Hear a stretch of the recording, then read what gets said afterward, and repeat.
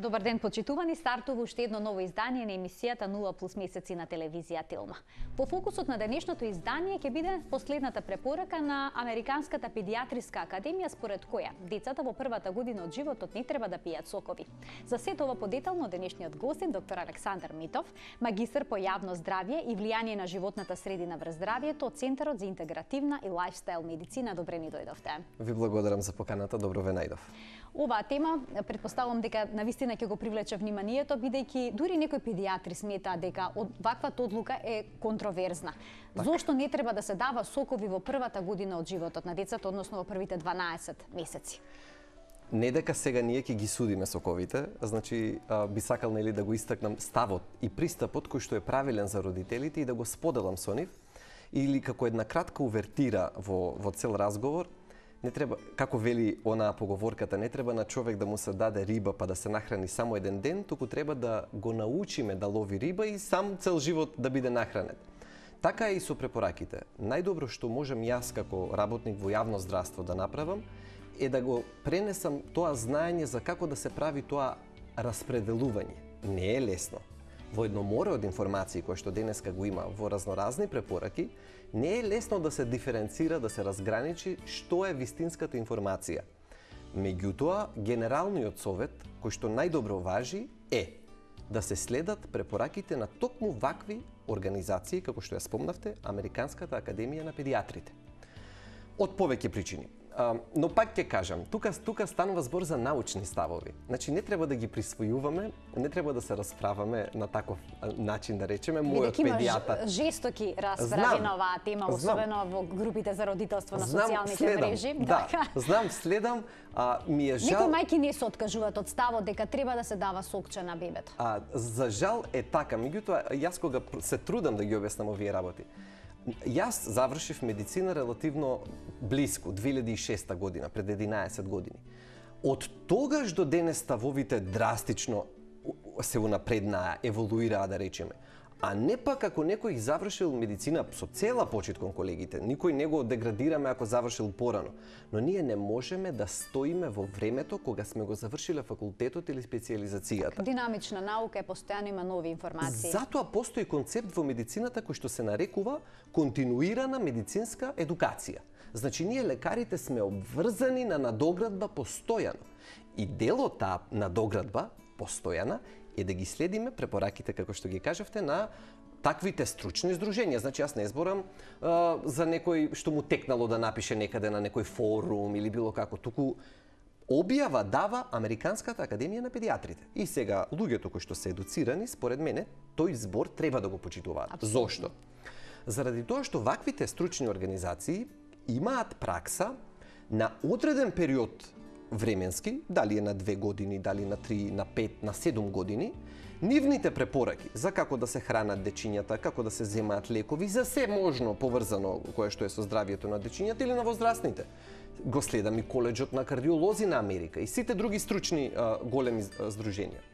Тие периодично, врз база на новите студии кои што се прават, на новата наука која што придоаѓа, заклучуваат, не дека не биле во право пред 5 години, туку заклучуваат дека новата наука вели дека таа конкретна препорака треба да се смени. Така доаѓаме, после малку подолго вертира, и до препораката за промена на како треба да се внесуваат сокчињата кај децата. И вели, да повториме, Американската академија на педијатрите вели во првата година сокчиње на децата не. Зошто? Утврдиле следно. Дека едноставно има повеќе ризици отколку придобивки. Прво, анализите покажуваат дека тоа е преголем внес на калории за таа возраст. Второ, дека истовремено тоа е преголем внес на шеќери, не само на калории, туку конкретно и на шеќери за таа возраст. Трето, дека може да придонесе за развој на кариес кај децата. Четврто, дека може да придонесе за генерална склоност кон дебелење, која што ќе важи не само во првите години од животот, и во адолесценција, но и цел живот. Значи, епидемиолошките студии се кристално јасни. Ако било кој од нас во тој ран период од животот бил малку по-буцкаст, како што велиме ние, нели тоа симпатично го доживуваме, но тој човек ќе си има мака со метаболизмот цел живот. Тоа е четвртата причина зошто и последната е дека здравите навики се нарушуваат ако се присутни многу сокчињата. Односно, го полни детето мешето, и мало е тоа стомаче со сокот, прво, и второ, заменува некој оброк кој што можеби ќе бил здрав. Така. И на тој начин ние го поставуваме детето на пат на лоши навики. Дали ова препорака се однесува само на купичките сокчиња или на свежо цедените? Американската академија на педиатрите не прави разграничување. Сите сокови. Сега можеби е убаво да предискутираме што е сокче, нели, така, и да ги да разграничиме тие моменти. Без разлика дали е домашно или купечко. Не треба да не лаже, и вообичаено не лаже помислата дека природен, свежо цеден, сето тоа на уво нели не звучи прекрасно. И не може да не е здраво. Меѓутоа не е така. Кога се соковите во прашање, важно е да направиме, или овошјето да земеме, една градација. Од до. Прво да се подсетиме што е овошјето. Јас се трудам да ги поедноставувам пораките за да биде колку што е можно појасно, да се разбереме. Овошјето има течен дел, кој што можеме да го извадиме како сок, и има тврда материја, која што ја нарекуваат пулпа стручно или без разлика, но тврда материја. Генералното правило што е здраво, што не е здраво, и тоа да им помогне на гледачите, вели: ако е само цедениот сок, односно еднава крајност, тогаш тоа е дефинитивно понездравата варијанта. Нека внимаваат каква терминологија употребувам. Јас не велам, не паничиме никого, не велиме дека ќе се отруе дете од... Значи, зборуваме за финеси, так, за правење на работите подобро и не изложување на ризици, непотребни. Значи, тој најбистар, најчист сок е тој кој што е најдено дека ги има тие скокови во шеќерот, па потоа телото мора со инсулинот да одговори. Тоа е едната крајност. Другата крајност е целото овошје обработено, тоа е домашна обработка. Дали е само исцедено е прашањето или е смелено, тогаш веќе како одиме на што поголема содржина на цврстата материја во сокот, односно ќе преминеме во каша, во кашичка, толку е поздраво. Значи, тоа е но да внимаваме, нека не зборуваме сега ние за кашичките. Значи, и правиме јасна дистинкција, разграничување помеѓу сокчињата, купечки или домашни подготвени, наспроти кашите, тоа тука веќе има разлика. Така. Што е со оние сокови кои што се комбинација од овошје и зеленчук? Оние добро познати смуди, дали важи и за нив оваа препорака? Така. Тука го има моментот кај смути веќе се приближуваме повеќе кон ова, да речеме, кон каша на некој начин, која што можеби малку со вода ќе биде доразредена за да може да има потечна форма. Но што е тука клучниот момент? Клучниот момент е присуството на растителни влакна. Растителните влакна се изворедно потребни на нашето тело. И не треба да се потценуваат. Не треба да зборуваме за витамините, за минералите, за протеините, како за многу важни, заборавајќи ги при тоа растителните влакна. На исто рамниште се и растителните влакна, иако кај нас нема толку внимание посветено на нив. Општо земено. Во јавноста, ние растителните влакна, мој впечаток е дека некако малку ги потценуваме. Многу пати луѓе ќе се прашаат, ама дали внесувам доволно протеини, а не сум чул луѓе да се запрашуваат дали внесуваат доволно растителни влакна.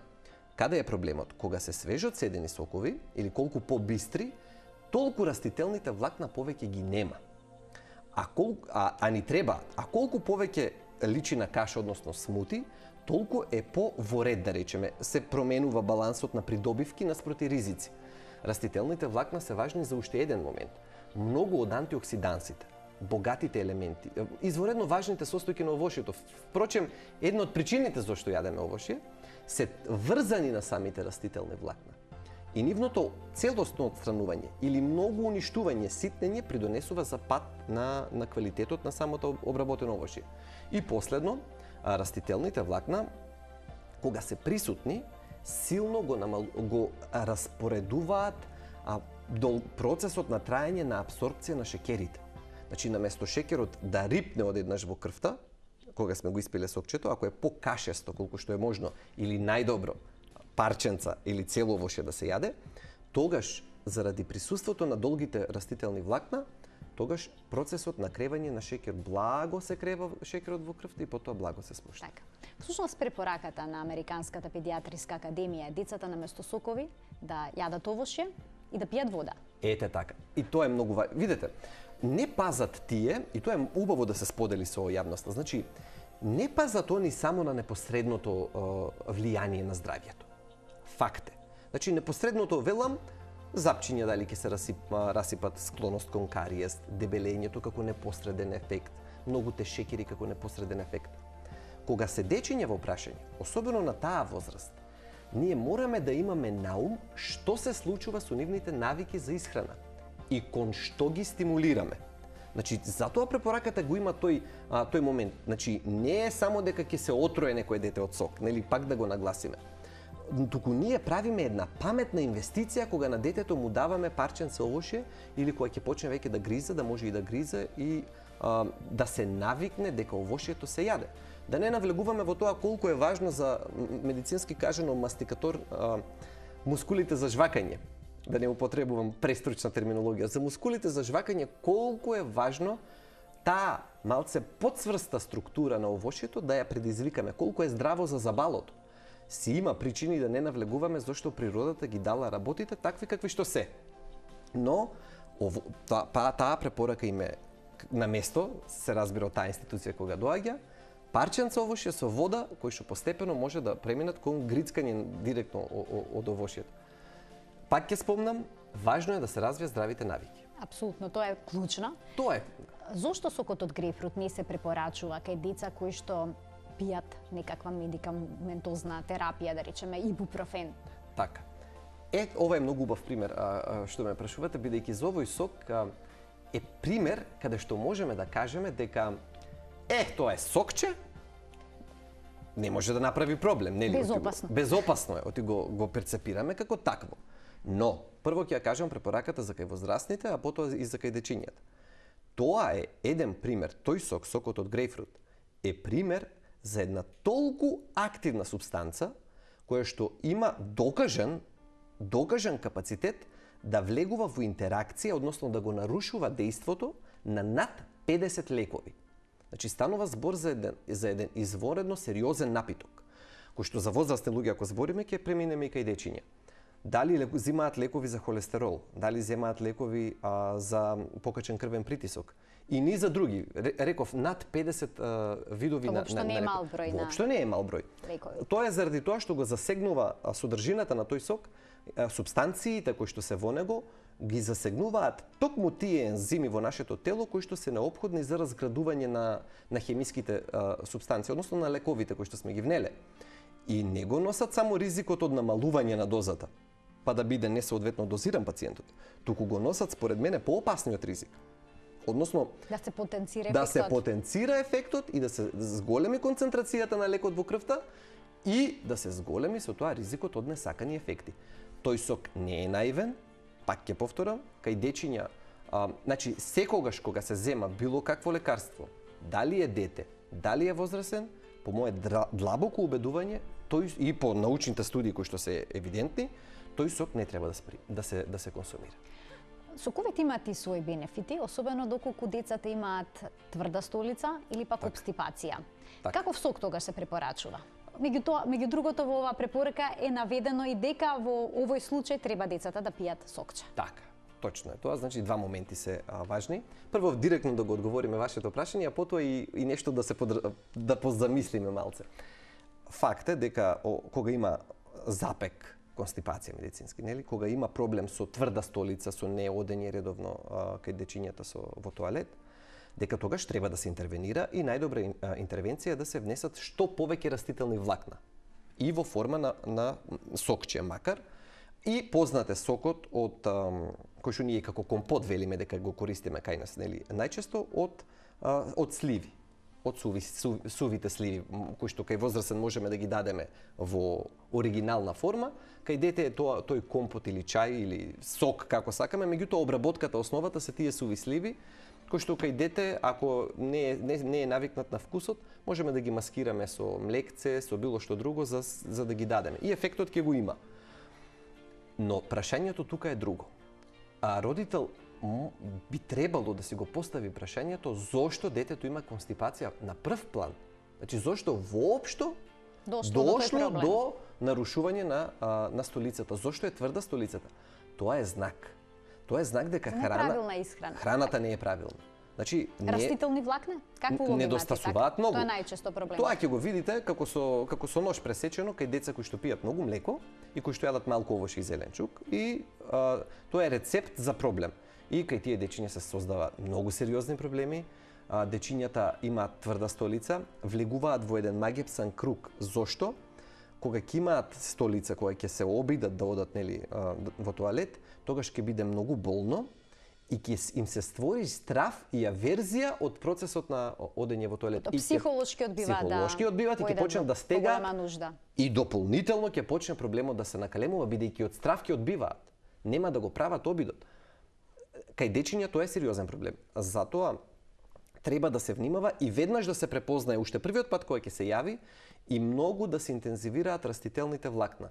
Дали е во форма на овошје, парчиња, дали е во форма на зеленчук, парчиња, дали е во форма особено богати се гравот, боранијата, леќата, мешунките генерално сите, дали лепчето ќе се префрли да биде интегрално, невообичаено бело ако воопшто се дава, но еве го кажавме сокот што е добар кај констипација, кај тврда столица, но уште поважно чинам е да го спомнеме моментот дека родител мора веднаш да се загрижи дека исхраната треба да се коригира. Можеме тука да ги отвориме и телефонските линии, да ги слушнеме прашањата на гледачите. 307677 е телефонскиот број на телевизија Телма. Денешната тема е всушност, како што можете да прочитате, употребата на сокчињата во детска возраст, а сега ќе продолжиме токму и за тоа, за оваа препорака која што е поврзана не само за примената на сокови до првата година, таа е рестриктивни во однос на после првата година. Кај децата после првата година исто така не се препорачува употреба на големи количини. Американската академија на педијатрите оди чекор понатаму.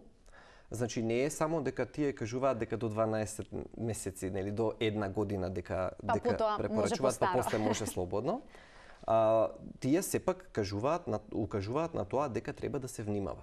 И тоа се тие причини. Значи првата ограничувањето е доста ригорозно, односно од 1 до 3 години велат дека треба околу 100 грама максимум на ден. Сега секој знаеме шишенце колкаво и секој може да се процени ако му дава на детенцето колку му дава. Особено непрепорачливо е детето постојано да се шета со шишето во рака со сок. Има родители кои што ги успиваат децата со сок, често отсутства. Отворивте уште позагрижувачка тема, зошто? Немам пракса да плашам луѓе, не е тоа паметен пристап на споделување на информации, меѓутоа треба честно е да се истакне дека има ризици. Успивањето со овошен сок значително го зголемува ризикот од кариес. И кога ќе почне, зошто да си ги правиме тие проблеми? Зошто да му направиме на детето кариес, да ги сите стресови кои што потоа потекнуваат, тоа не е едноставна работа кај дете потоа и да се коригира, да се прават дополнителни ризици кај здравието со самиот процес на кариес, ако има потреба и од екстракција на заби, значи си ги комплицираме работите. Затоа успивањето особено се препорачува да не биде со овошен сок. Така. Имаме гледачи на линија да ги вклучиме. Добар ден, повелете. Ало. Добар ден, во програма сте, повелете. Добар ден, поздрав до вас, поздрав и до докторот, благодарност до вас како водителка која што се трудите вакви гости да придонесете до нас поголемо знаење во врска со исхраната кај малите. Мајка сум на 15 месечно бебенце, колку што можам се трудам со правилна исхрана, например до сега нема пробано нешто ептен, вештачки преработки или чоколада, благо. Сега ме интересира исхраната понатаму, конкретно во врска со благо. Така. И ова е честа дилема на родителите. Дали да дадат чоколадце, парче или не? Така, тоа е вашето прашање, дали да се даваат благи работи кај децата. Ви благодарам што се явите. Вообичаено, одговорот за умереност го одбегнувам. Заради тоа што е умерено е дискутабилно и е димензија субјективна. За некој едно за мене едно е умерено, за вас друго е умерено, нели? За еден родител е едно, за друго и тука има. Меѓутоа, кога се овие работи кај во прашање, треба на две работи да се внимава за благот. Прво, да не му се направи комплетна рестрикција на детето и потоа во еден момент ќе дојде во контакт со благот. Значи, за да не се направи потоа неконтролирано преминување кон консумирање на благо, значи тоа е едната препорака првото кое што треба да се има на памет, но второ и кога ќе се даде да се пази да не се створи да не се створи навик. Може да се дава за било која форма зборуваме, ако е овошје е најдобро, но прибегнуваме и кон чоколадца, разбирливо, да биде во форма на награда и да не биде пред главен оброк или пред ужинка. Значи, кога веќе зошто? Заради тоа што ако е пред оброк главен, има два проблеми. Прво ќе го наруши на вистина оброкот и нема да го има вистинскиот оброк, и второ ќе ја створи бидејќи е гладно детето ќе изеде многу повеќе. А кога е по оброкот, дури и да го има, капацитетот на тој желудник веќе е исполнет. Значи сепак зборуваме за деца. И знаат децата да бидат прилично упорни кога се во прашање овие работи. Тука расправање, значи нема убедување со арно, докажување дека потоа ќе се јаде, дека како форма на награда да биде, дека ќе се објаснува дека ќе следува после оброкот. Толку обиди колку што се потребни. Знам дека кај дечиња тоа може да биде тоа може да биде и секојдневна битка. Да. Имаме уште еден гледач на линија да го вклучиме со прашање. Добар ден. Добар ден. Повелете. Поздрав до вас. Благодарам. Еве ќе бидам кратка. Имам неколку прашања, набрзо ќе ги поставам, па ќе ве слушам. Значи, што е со зеленчуковите сокови? Нели сокчињето, зеленчук, морков, цвекло. Потоа, еве моето бебе, после доање не сакам нели да му давам млеко, нема да му давам млеко, со што би го заспивала, ако има докторот некој совет. И што е со прсканото, нели кажуваме дека мора да се примат растителни влакна од зеленчук од овошје, што е со прсканото овошје и зеленчук? Одлични прашања, ви благодарам што се јавивте, си това требаше да го начнеме во денешната емисија. Повелете. Од крајот кон почетокот, прсканите овошје. Тоа е голема тема и тука човек практично не може да биде сигурен. Кога ќе го купи од паз, единствен начин да биде сигурен е или сам да си го произведе, или да го земе од луѓе блиски кои што му го произведуваат, тоа секому му е јасно. Значи, само тоа е. Но од друга страна има овошја кои што треба да ги, ако веќе сакаме да го намалиме количеството, треба да ги избегнуваме. Има неколку овошја за кои што со сигурност се знае дека многу се прскаат. Јаболката се начело. Значи тоа се, иако во изворната форма тоа е едно од најздравите овошја. Нема збор. Меѓутоа, праксата покажува и во светот и кај нас, и сите студии кои што се правени, на нив се наоѓаат најголем број така наречени резидуи, кои што се присутни силно и единствено лупење може до некаде да го намали, иако со тоа се губат многу од здравите состојки. Значи, тоа е првото овошје, ако веќе зборуваме, сега расчистуваме дилемата прскано-непрскано. Значи, да се избегнуваат тие. Прво, јаболкото. Ако може да биде од органско потекло непрскано, одлично. Ако не, да се избегнува. Второ, грозието исто спаѓа помеѓу посилно прсканите и дека има проблем со задржување на резидуи кај себе. И трето би ја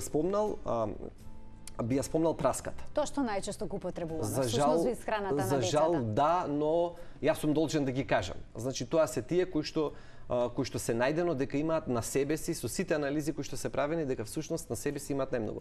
Како за утеха, нешто што сега почнува сезоната, е многу присутно во Македонија, е кивито. Кивито се смета за извонредно здраво овошје, ако не прави конкретно проблеми, нели тоа може некогаш да даде и алергиска реакција, но треба да се проба. Тоа спаѓа во едно од најздравите и само по себе, но од друга страна процесот на производство, велиме, е толку отпорно самото овошје, толку е резистентно на надворешни влијанија, што може да се произведува без никаква интервенција. И спаѓа во поздравите. И авокадото спаѓа во поздравите овошје, како го броиме. Така што тука мора човек да балансира и да бира. Знам на што се изложени родителите и колкав избор мора секојдневно да се прави. Што е со сокчињето од зеленчук? Сокчињата од зеленчук го немаат тој проблем како и останатите, како овие што ги спомнавме овошите, значи кај нив нема толкав ризик, нема толку шеќери и не се експлицитно таргетирани од препораките, значи да се тргнат од употреба. Кај нив, ако особено веќе зборуваме за смути, тие што ги спомнавме не се проблематични, но ако веќе како во форма на смути се додаваат некои, како на пример зелените растителни листните, таму треба да се внимава од преголема концентрација на оксалати. Генерално, затоа јас не можеме да влеземе толку во детали, но генералната препорака е колку што е можно повеќе во изворна форма. Колку што е можно повеќе. И сега, ако се деси инцидентно, нема проблем. Но да не биде практично секојдневно. Так. Имаме многу малку време, а навистина многу прашања. Јас би се задржала за сокчињата кои што ги купуваат родителите, инсистираат кога купуваат тие да бидат 100% природни. Дали е точно дека некои од нив содржат шекер исто колку и газираните пијалаци? Точно е. Има сокови и ќе ја кажам таа градација, значи постојат сокови. И дали на тие што е наведено 100% овоше навистина содржат толкова количина? Тоа е многу дискутабилно прашање и тука како што јас малку ја познавам процесот на обработка на храна, меѓутоа според тоа што сум читал на тема на обработка на соковите и како да се донесат во таа форма што ние ја препознаваме како 100%, дека не е тоа дека некој зел па стискал овоше па така направил, дека тоа би било прескапо едноставно. Но од друга страна, прашањето во однос на шекерите, дали е точно дека имаат исто количина колку да речеме газираните? Колку газираните. Соковите кои што се на база на грозје имаат повеќе шекери отколку газираните сокови. Јаболковите сокови имаат повеќе шекери отколку газираните.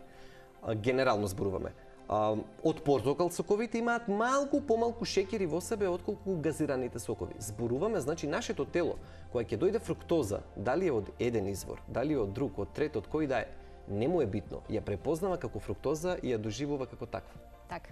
И затоа факт е дека од тие сокови што ги купуваме, содржината на шекерите е загрижувачки висока. Така. Значи родителите да даваат овошје и вода на своите деца, тоа е најдоброто решение за здравјето на нивните најмили. На дневна основа. Инцидентните случувања не ги броиме. Така, ви благодарам што бевте дел од 0+. Имаме уште навистина многу прашања поврзани со шекерите. Се надевам дека повторно ќе бидете дел од оваа емисија. Со задоволство. Тука го завршуваме денешното издание. Се гледаме секој работен ден од 12 до 12:30 на телевизија Телма. Пријатно.